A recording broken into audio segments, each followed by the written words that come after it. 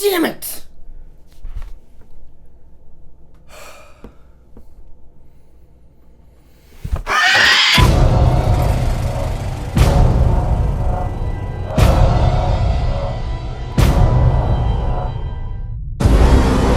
It's okay, it's just me, Alex, with the fourth act. Phil isn't here this week because number one, he's scared of this movie, and number two, I ate him. It Chapter 2 was released this week. It's directed by Andre Machete. It features all of our favorite losers getting together to fight off against the evil Pennywise the Clown once and for all. It stars James McAvoy, Bill Hader, Jessica Chastain, and of course Bill Skarsgård is back as Pennywise the Clown. Phil isn't here this week. He's my usual co-host, so we won't be doing our usual agree-disagree segment. Instead, I'm just going to be giving you my thoughts, and I'm going to try not to spoil anything that hasn't already been in the trailers. So if you haven't seen the movie, it's fine. Just listen to me talk for a while. You talking to me?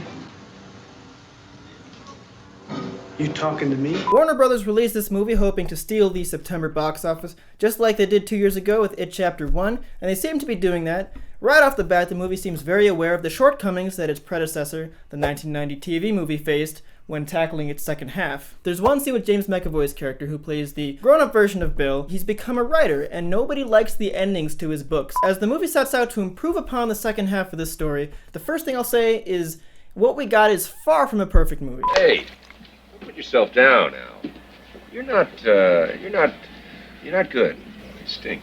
From the get-go, it feels like it has a lot to do to bridge the gap between the first and second movies. There's a whole 27-year time jump, and on top of that, it's telling us a lot about the backstory of Pennywise, and it starts to feel a little bit exposition-y. Felt like there was one too many ideas going on, and I liked all of the ideas. One character in particular was brought back from the first movie that I didn't expect to see again, and I was very excited to see where that was going to go, and he ended up having little to no impact on the plot whatsoever. There's a whole chunk of the second act that was very clearly just a blatant, let's, split up and go get our scares on, which was fun, but maybe a little bit lazy. Another thing I didn't love about this movie is that it felt like there was an overuse of strobe lights, specifically in the third act.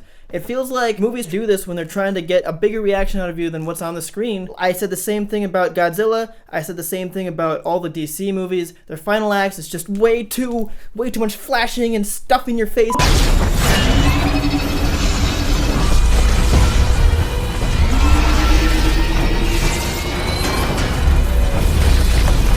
But that's all the bad stuff, and it's out of the way now, and I'm glad it's out of the way, because I can say, I actually like this movie. I like this movie a lot. It's maybe not as good as Chapter 1, but I do think it's better than the second half of the TV movie. There's a lot that this movie does do right, and I think the first thing is its casting. Bill Skarsgård kills it again as Pennywise. He has certainly earned his place among the great clowns of the 21st century. No, not you. Aside from that, it's very easy to believe that these actors are the grown-up versions of the characters we got to know in the first movie. James McAvoy is great, Jessica Chastain is great, but I gotta say Bill Hader is a standout performance for me. I love Bill Hader in this. He's the older version of Finn Wolfhard's character. He's the loudmouth, trash-talky kid that wears the glasses, where are my glasses at? He's the older version of Finn Wolfhard's character, the loudmouth, trash-talky kid. He's a stand-up comedian now, and he brings all of the comedy into the movie, but he also has the most pathos in the movie. I felt very emotional for him towards the end of the movie in a certain scene. And watching Bill Hader blossom as an actor, or just a name in show business, in the last 3 years or so, is just so rewarding. And by the way, if you haven't watched his show Barry, you absolutely need to get on board with that show.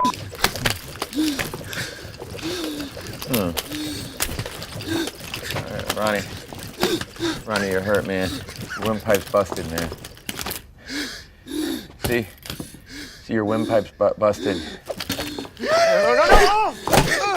Another thing this movie does really well are the scares themselves. Now, if you're like me, you prefer psychological scary, and this movie is a little bit of psychological, but much like Chapter 1, there's a lot of jump scares. A lot of movies misuse jump scares, particularly ones from the Conjuring universe, The Nun, Annabelle, all those movies. They're just lazy, and it's not scary in the least bit, but there's a good way to do jump scares. Take, for example, the Netflix series Haunting of Hill House. There's a jump scare in that show that gets me every time, even though I know it's coming. I'm trying to tell you. I don't need to hear your excuses. I'm not making excuses. I saw. It's all in the execution, and this movie knows that. I found myself reacting a lot to these scares, and I'm laughing with them. The movie's having fun with the scares, the wind-up and the payoff, and there's one scene in particular was teased a lot in the trailer, and it delivered big time.